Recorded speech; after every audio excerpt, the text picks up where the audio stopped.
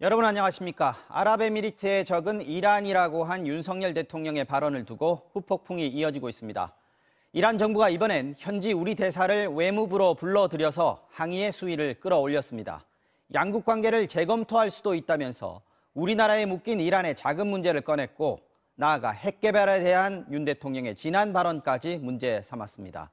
우리 외교부도 즉각 주한 이란 대사를 불러 사실관계를 거듭 설명했지만 상황은 좀처럼 누그러지지 않고 있습니다.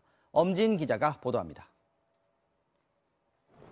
현지 시간 18일 윤강현 주 이란 대사를 이란 정부가 초치, 즉 외무부로 불러들였습니다. 이란 외무부의 차관은 윤 대사에게 한국 대통령의 발언은 이 지역의 평화와 안보를 해치는 것과 같다면서 즉각적인 해명과 입장 정정을 함께 요구했습니다. 미국의 제재로 우리나라에 묶인 70억 달러의 동결 자금을 거론하며 분쟁을 풀기 위한 조치를 하지 않으면 양국 관계를 재검토할 수 있다고 했습니다. 외무부 대변인과 주한 이란 대사관이 거듭 우리 정부에 설명을 요구한 데 이어 항의의 수위를 더욱 끌어올린 겁니다. 그런데 이란은 이번엔 윤석열 대통령의 핵 관련 발언도 문제 삼았습니다. 여기 대한민국에 무슨 전술핵 배치를 한다든지 우리 자신이 자체 핵을 보유할 수도 있습니다. 윤 대통령의 발언이 핵 확산 금지 조약 NPT에 어긋난다는 겁니다.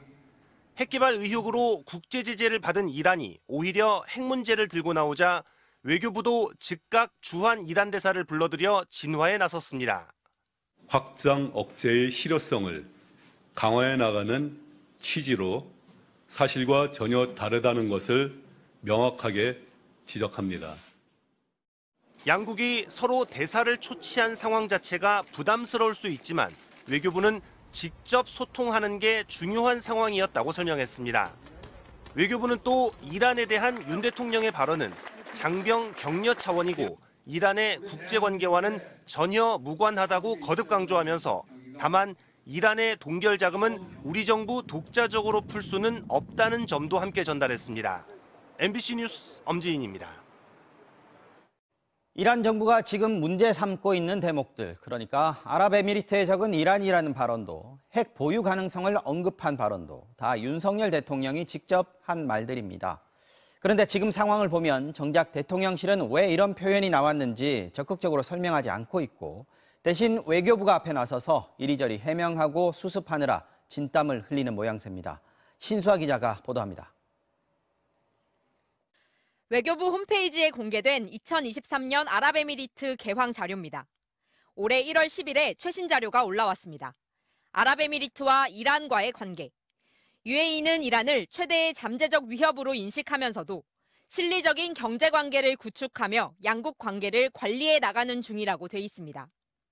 특히 이란은 UAE의 주요 교역 파트너이자 최대 제수출 시장으로 양국 간 실질적인 경제 협력을 중시한다고 설명했습니다.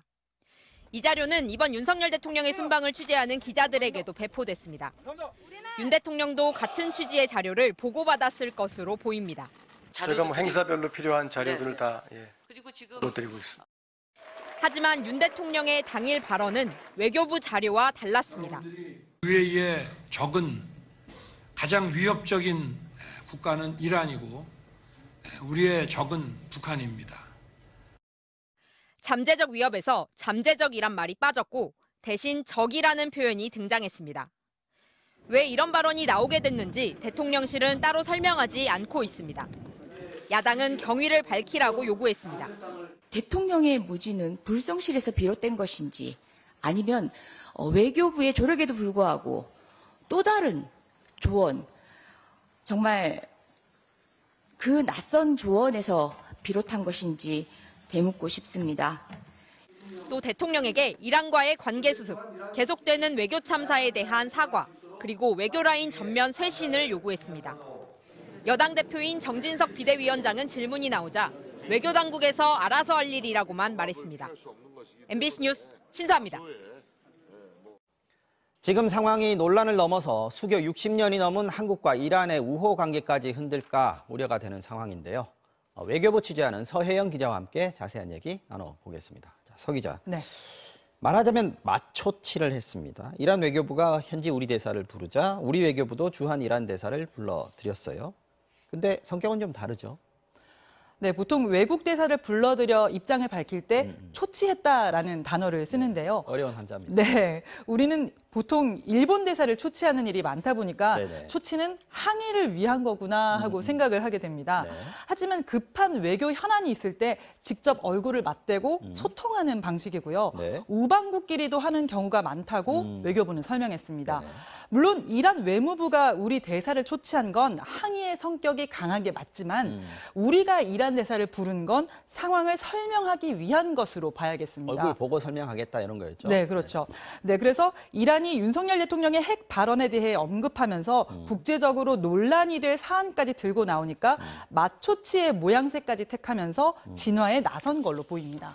자, 근데 서 기자 말씀하신 것처럼 이란이 핵 확산 금지 조약 NPT까지 언급을 한 건 좀 많이 나간 거 아니겠습니까? 이란이 이렇게까지 좀 민감하다 싶을 정도로 나오는 이유가 뭘까요? 네, 사실 이란은 현재 대내외적으로 고비를 맞고 있습니다. 네. 여성 인권과 관련된 히잡 시위가 걷잡을 수 없이 번져 일부 시위대를 공개 처형하기도 했는데요. 네. 국제사회가 비난에 나서면서 고립은 더 심해졌죠. 이런 상황에서 윤 대통령의 발언도 자국에 대한 간섭으로 보면서 민감하게 받아들였을 수 있습니다. 또 경제적으로는 핵 개발 의혹에 대한 미국의 제재로 난관을 겪고 있는데요. 특히 이 제재로 인해 이란과 다른 나라 간의 거래가 막히면서 이란이 우리나라에 석유를 팔고 받아야 할 돈 무려 70억 달러도 묶여 있습니다. 맞습니다. 네, 이란은 한국에 계속 대금을 달라며 협상을 요구하고 있는데 이번 기회를 활용해서 협상에 유리한 위치에 서려는 의도도 깔려 있는 것으로 보입니다. 네, 그렇군요. 자, 이란이 경제적으로 우리에게 중요한 파트너이기도 하지만 이란과 관계가 안 좋아졌을 때 이래저래 상당히 좀 곤란해지지 않겠습니까? 네. 우리가 힘든 상황이 생길 텐데 우리 정부도 이거 지금 해결하려는 의지가 강한 거죠? 네, 그렇습니다. 네, 지난 2021년 이란 혁명수비대가 호르무즈 해협의 오만 인근 해역에서 한국 국적 선박을 억류했다 풀어둔 사건 기억하실 겁니다.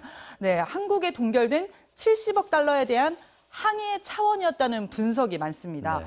한국이 수입하는 원유의 70% 이상이 이란과 접한 호르무즈 해협을 통해 수송되는 만큼 이 같은 상황의 재발을 막기 위해서라도 이란과의 관계는 매우 중요한데요. 네. 네, 오늘도 우리 해운협회가 호르무즈 해협에 지나는 선박들에 대해서 주의를 당부하는 공지를 띄우기도 했습니다. 네, 정부도 이런 상황들을 주시하고 있는데요. 네. 이란과의 관계 발전에 대한 의지는 변함이 없다며 계속 이란 측과 소통을 이어나간다는 설명입니다. 네, 서영 기자 잘 들었습니다.